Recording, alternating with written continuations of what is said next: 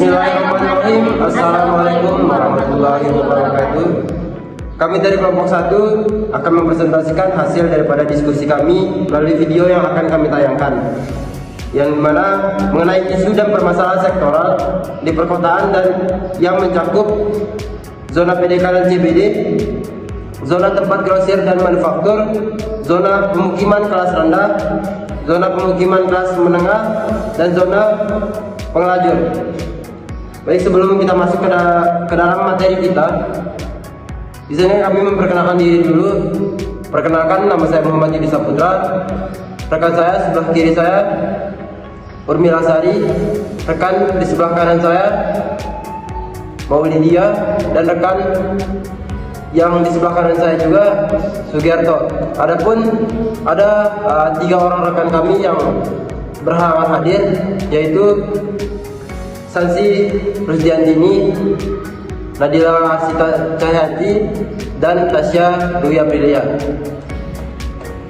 Untuk selanjutnya kita akan masuk ke dalam materi kita, di mana akan dijelaskan oleh rekan-rekan saya.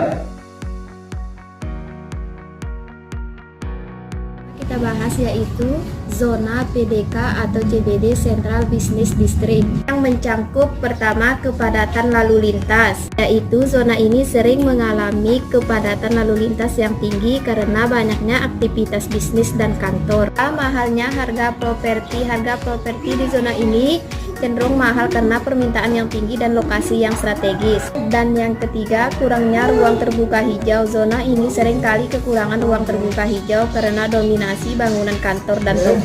Materi yang kedua yaitu zona tempat grosir dan manufaktur. Yang pertama, polusi udara dan suara. Aktivitas industri dan grosir dapat menyebabkan polusi udara dan suara yang dapat mengganggu lingkungan sekitar. Yang kedua, kepadatan lalu lintas. Zona ini juga dapat mengalami kepadatan lalu lintas yang tinggi karena banyaknya truk dan kendaraan lainnya. Yang ketiga, kurangnya fasilitas pendukung. Zona ini seringkali kekurangan fasilitas pendukung seperti tempat parkir, toilet, dan lain-lain. Selanjutnya ke zona permukiman kelas rendah. Yang pertama, keterbatasan akses ke fasilitas dasar. Masyarakat di zona ini seringkali memiliki keterbatasan akses ke fasilitas dasar seperti air bersih, sanitasi, dan kesehatan. Yang kedua, ada kualitas perumahan yang buruk. Rumah-rumah di zona ini seringkali memiliki kualitas yang buruk dan tidak memenuhi standar kesehatan dan keselamatan. Dan yang ketiga, tingkat kemiskinan yang tinggi.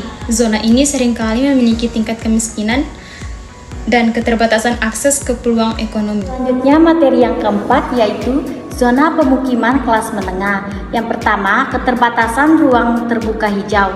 Zona ini seringkali kekurangan ruang terbuka hijau dan fasilitas rekreasi. Yang kedua, kepadatan penduduk. Zona ini dapat mengalami kepadatan penduduk yang tinggi karena banyaknya penduduk yang tinggal di daerah ini. Yang ketiga, kurangnya fasilitas pendukung. Zona ini seringkali kekurangan fasilitas pendukung seperti tempat parkir, transportasi umum, dan lain-lain. Selanjutnya, zona pinggiran. 1. Keterbatasan akses fasilitas dasar. Zona ini masyarakat sering kali memiliki keterbatasan akses fasilitas dasar seperti kekurangan air bersih dan kesehatan. Yang kedua, infrastruktur yang buruk.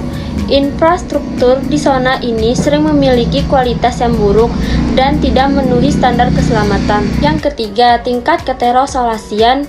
Zona ini sering kali memiliki tingkat yang sangat tinggi dikarenakan memiliki lokasi yang sangat jauh dari pusat kota. Selanjutnya yang terakhir yaitu kesimpulan. Dalam mengatasi isu dan permasalahan di atas, perlu dilakukan perencanaan dan pengelolaan kota yang efektif, serta partisipasi aktif dari masyarakat dan pemerintah. Setiap zona perkotaan memiliki tantangan dan permasalahan yang unik, seperti keterbatasan akses ke fasilitas dasar, kualitas infrastruktur yang buruk, kepadatan penduduk dan lalu lintas, serta kurangnya ruang terbuka hijau.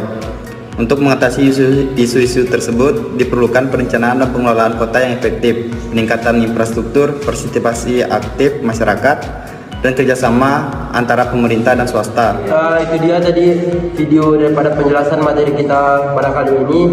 Mungkin sekiranya ada hal-hal yang tidak tersampaikan dengan maksimal, itu dapat kita diskusikan di ruang-ruang perkuliahan. Lebih kurangnya kami mohon maaf. Billahi taufiq wal hidayah. Wassalamualaikum warahmatullahi wabarakatuh.